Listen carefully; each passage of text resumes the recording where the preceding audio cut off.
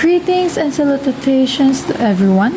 We are pleased to have you join us for Rizal Recast, where we look at the Philippines under the influence of Dr. Jose Rizal. Whether it is the influence of the man himself or his work, it is with us. It continues to be with us. So we are going to do our best to shed some light on that massive influence during our time together. I am your host, Eleaiza Malagan, and today's episode plunges into the essence of Rizal's legacy, not merely as a scribe or a figure who died for his country, but as a person who aroused in the hearts and minds of Filipinos. He has been and continues to be the beacon of national consciousness. This episode will explore how his legacy beckons us to challenge the status quo and how it continues to shape our nation. We will derive some insights from the controversies surrounding the Rizal Bill of 1956, from John Schumacher's insights, and from the old age question, was Rizal really a national hero? Or was he just our forebears' political compromise? The Rizal Bill, a battle beyond books. Let's start with 1956. Congress was debating Senate Bill number 438, which is today is better known as the Rizal Law. That law requires all the schools to read Rizal's No Limitang Here and El Filibusterismo. Yet, what seemed an uncomplicated matter of educational policy became a national controversy. Several bishops and influential clergy opposed the bill. They led the Catholic Church in this opposition. In the earlier chapter, we learned that it was Rizal's idea to write a novel that would tell the story of the present sad state of the Philippines under Spanish rule. His two novels, No Limitang Here and El Filibusterismo, became his way of saying that the present condition was no longer acceptable and that reforms were needed. That wasn't precisely the problem, was it? The bill had supporters, one of whom was Senator Clara M. Recto. They argued that it wasn't just about reading novels. It was more than just that.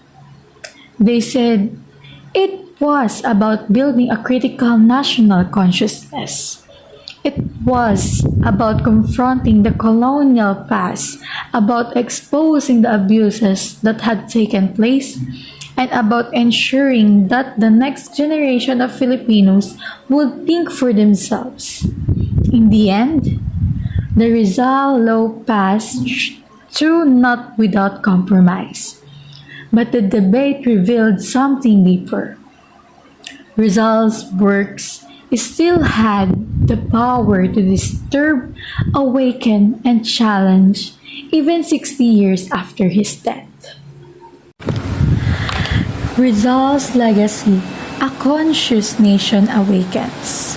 According to Rizal's legacy on Filipino consciousness and emancipation, Rizal did not more than attack Spanish rule. He dismantled mental change. He urged Filipinos to see themselves not as subjects, but as citizens with dignity, rights, and a responsibility to question and to act. This legacy remains with us today. Think about it. Every time we question injustice, speak up online, or demand better from government, you echo Rizal's insistence that freedom begins in the mind. He warned that the real danger to the Filipino people was not just foreign domination, but apathy, ignorance, and blind obedience.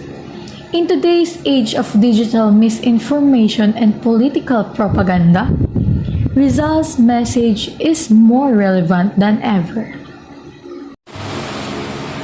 Rizal, a national hero, chosen or deserving. Some critics argue, like in the essay Rizal, a national hero, that Rizal was elevated by American colonialists because he was a safe hero, non-violent, elite, and reformist. Figures like Andres Bonifacio or Macario Sakay, who took up arms, were more radical and threatening to colonial rule. So why Rizal? It is a fair question, but here's the truth. Rizal heroism lies not in bloodshed, but in transformation. He redefined the battle, not just in the streets, but in the classroom, the home, and the self. He showed that the true emancipation must begin with understanding of history, of society, and of one's worth as a Filipino. Even if his elevation was politically convenient, the power of his words, his message, transcended those politics. Rizal's challenge still stands: read, think, speak, act with no hatred, but with honor. Whether it's fighting fake news, promoting human rights, or standing up to injustice, Rizal's call to awaken the Filipino soul remains our most powerful inheritance. So, is Rizal still relevant? Absolutely. Not just because he's in our coins or in our textbooks, but because his greatest work was not Noli or Philly, but the nation he helped awaken.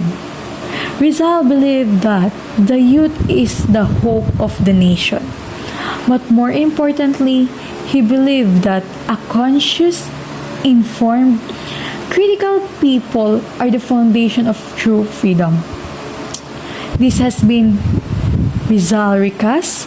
I'm Eleaiza Faith Malagan, reminding you, heroism is not reserved for the past. It lives in the choices we make today. Until next time, maging mapanuri, maging makabayan, mabuhay ang Pilipinas.